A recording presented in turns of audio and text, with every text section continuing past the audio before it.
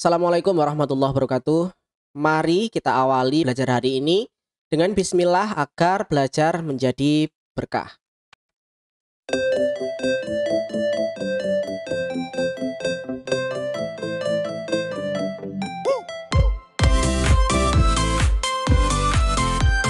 Bismillahirrahmanirrahim.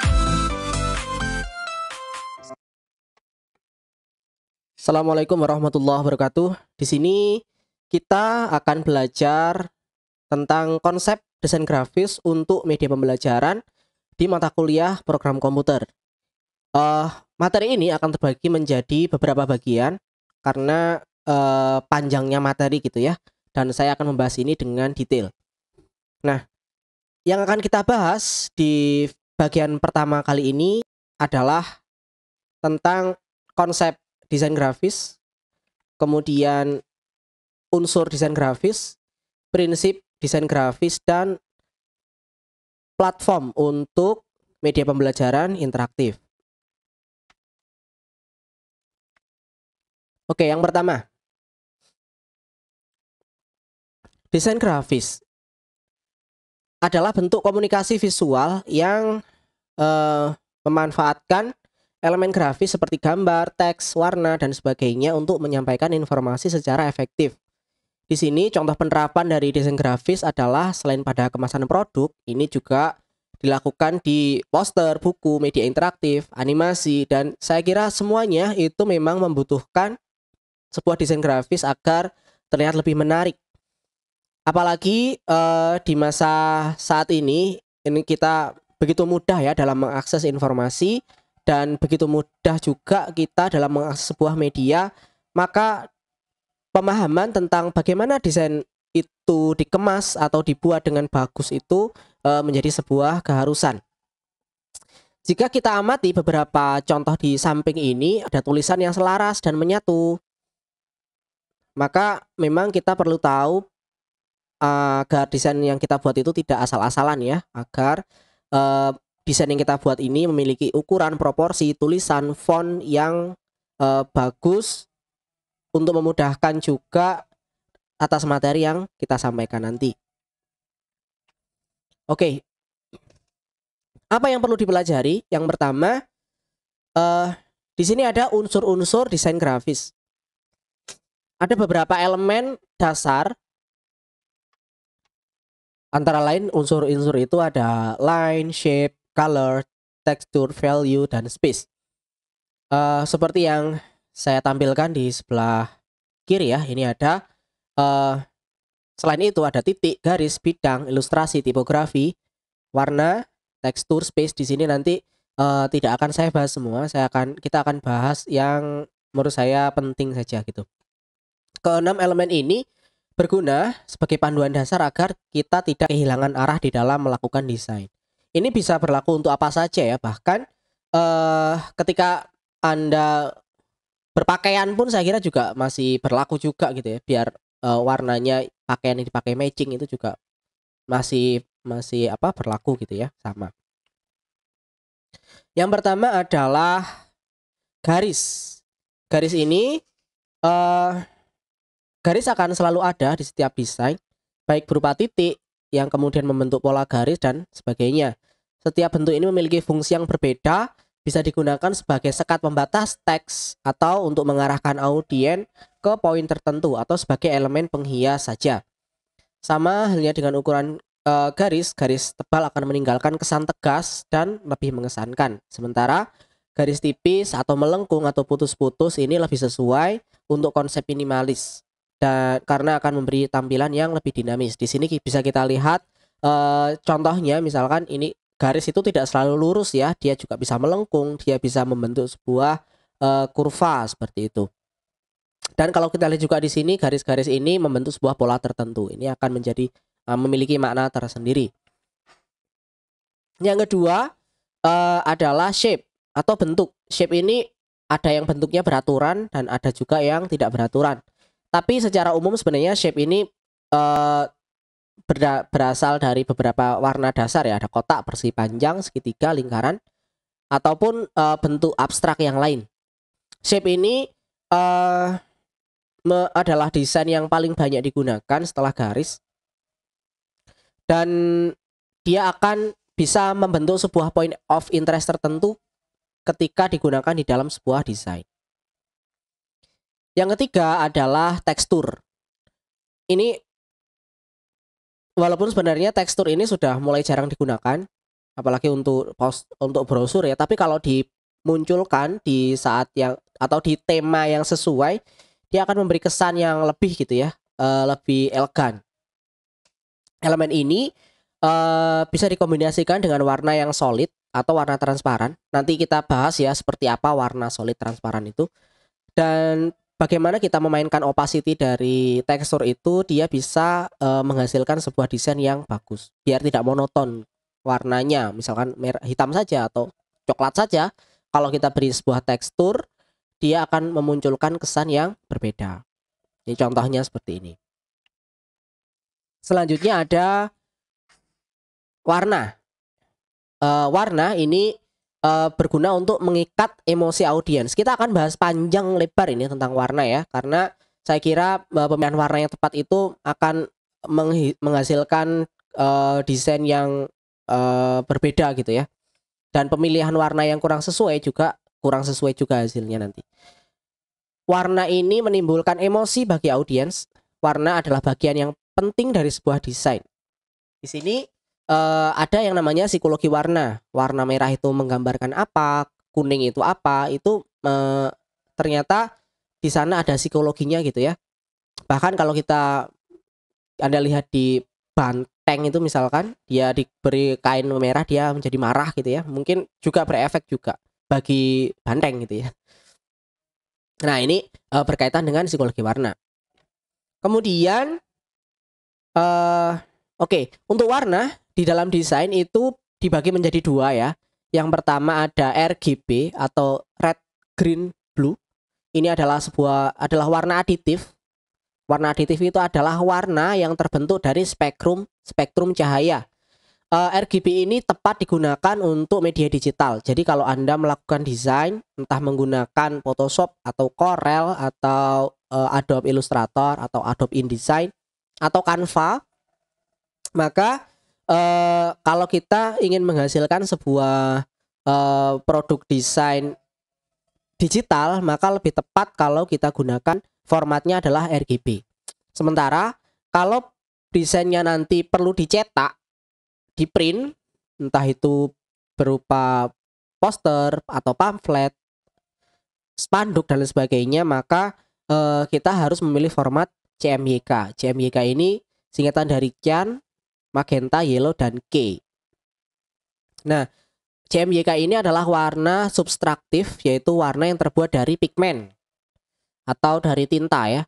Jika desain yang sudah dibuat dicetak, maka sebaiknya menggunakan format CMYK ini. Bisa kita lihat yang di sebelah kiri RGB ini ada 3 warna. Ketika warna bergabung, dia menjadi putih atau warna pelangi ya. Jadi kalau pelangi itu kalau digabung dia menjadi warna putih. Sementara kalau CMYK ini adalah pigmen, sehingga kalau semua warna digabung menjadi satu, dia menjadi hitam. Ini bedanya. Dan Anda harus pahami ini ketika melakukan desain nanti. Tujuannya apa? Karena kalau tidak, kalau kita mendesain menggunakan format RGB kemudian dicetak, hasilnya nanti kurang memuaskan. Warnanya akan berubah, tidak sama gitu ya. Jadi formatnya harus sesuai. Selanjutnya adalah value. Apa itu value? Value ini artinya memaknai lebih dalam. Jadi jika semua elemen desain yang digabungkan ini terbentuk gitu ya, maka akan menimbulkan sebuah value. Desain itu bisa macam-macam ya. Value sebagai bagian dasar dari desain grafis ini akan memunculkan atau bisa mengikat sebuah emosi. Bedanya value ini lebih mendalam ya, karena di sana lebih mendalam dari warna. Karena di sana lebih dari itu suatu desain ini akan membekas lama di hati yang melihatnya. Ini berarti tujuan tertinggi dari sebuah desain. Kalau dia bisa meninggalkan kesan, maka desain kita berhasil gitu ya. Terakhir adalah space. Space ini ruang kosong. Karena desain yang tidak memiliki space terlalu penuh itu juga kurang bagus ya, kurang enak dipandang mata. Maka ketersediaan ruang kosong ini penting di dalam desain.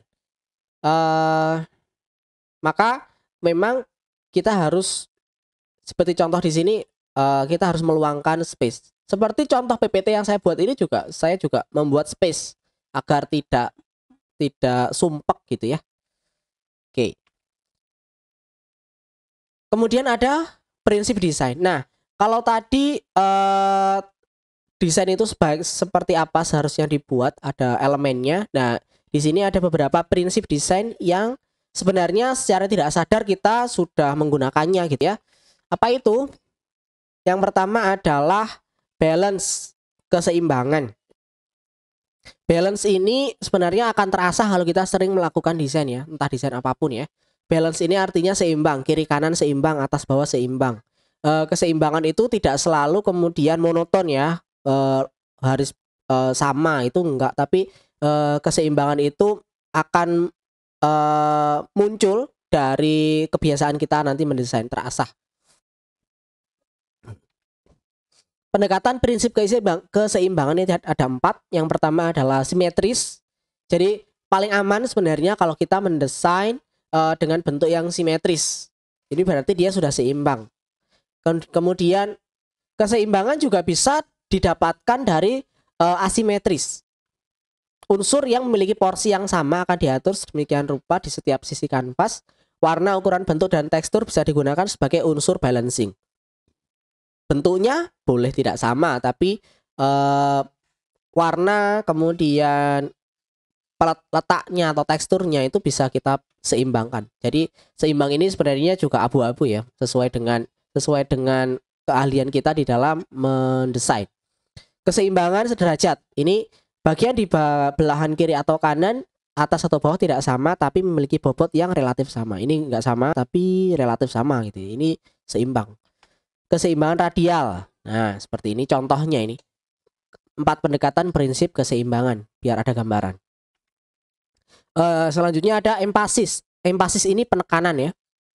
Kedua prinsip desain ini saling berkaitan antara satu sama lain, antara keseimbangan dengan penekanan atau empasis. Dominasi ini adalah bagian dari cara Anda untuk menentukan prioritas elemen desain, teks dan visual. Di sini kalau kita lihat kita fokusnya pada teks polis cinema, maka ini yang fontnya diperbesar, bold, diberi kotak karena ini yang ditekan atau menjadi penekanan. Sementara ini adalah sub judulnya lebih kecil, dan lebih kecil lagi ada logo di sini. Untuk membuatnya semakin menarik, coba gunakan jenis ukuran font yang berbeda satu sama lain. Ini fontnya beda ya, kita lihat fontnya beda. Ini sama, tapi besar fontnya berbeda juga. Kemudian ada proporsi sebagai skala perbandingan. Proporsi di dalam desain digunakan sebagai skala untuk membandingkan elemen satu dengan elemen yang lain. Elemen yang besar akan memiliki dampak yang lebih kuat dibanding elemen yang kecil. Dominasi, prioritas, proporsi bekerja ini untuk memastikan bahwa pengguna itu melihat informasi yang kita inginkan, yang benar di dalam suatu desain. Jangan sampai gagal fokus gitu ya, atau salah fokus ya atas desain yang kita buat karena judulnya lebih kecil daripada subjudulnya misalkan seperti itu. Proporsi. Kemudian kontras. Kontras ini sebagai pembeda dari setiap elemen. Kontras ini juga harus ada dalam teks ya. Kalau kita membuat desain, teksnya harus kontras. Memainkan kontras di antara elemen desain bisa membuat sebagian lebih menonjol dan yang lain. Ini penting agar tercipta keseimbangan, dominasi, prioritas, dan proporsi. Seperti itu. Kemudian ada ritme. Ritme adalah prinsip yang membuat mata manusia bergerak dari satu elemen ke elemen yang lain. Jadi ini jika kita lihat memang ada semacam ritme atau irama atau pola gitu ya. Dari besar mengecil atau dari garis yang sama. Ini ritme ini akan menghasilkan sebuah desain yang bagus karena terbentuk sebuah pola. Kemudian ada unity. Unity ini adalah satu kesatuan di dalam desain. Ada dari desain yang kita buat, dari shape, kemudian warna, kemudian ritme, dan semuanya itu akan menghasilkan satu kesatuan desain yang utuh. Maka itu namanya unity. Seperti ketika kita memilih tone warna pada desain, kita gunakan color palette agar warna tidak saling bertabrakan. Apa itu color palette? Nanti kita bahas di slide selanjutnya. Atau jenis font yang sama jika desain kita banyak mengandung teks. Nah, ini adalah unity. Jadi tidak amburadul desainnya gitu. Nah, oke, itu tadi adalah dua hal antara elemen desain, kemudian ada unsur desain juga. Nanti kita lanjutkan di slide selanjutnya atau di bagian kedua tentang komponen warna ya. Dari saya sekian, kita lanjut pada pertemuan selanjutnya. Saya akhiri. Assalamualaikum warahmatullahi wabarakatuh.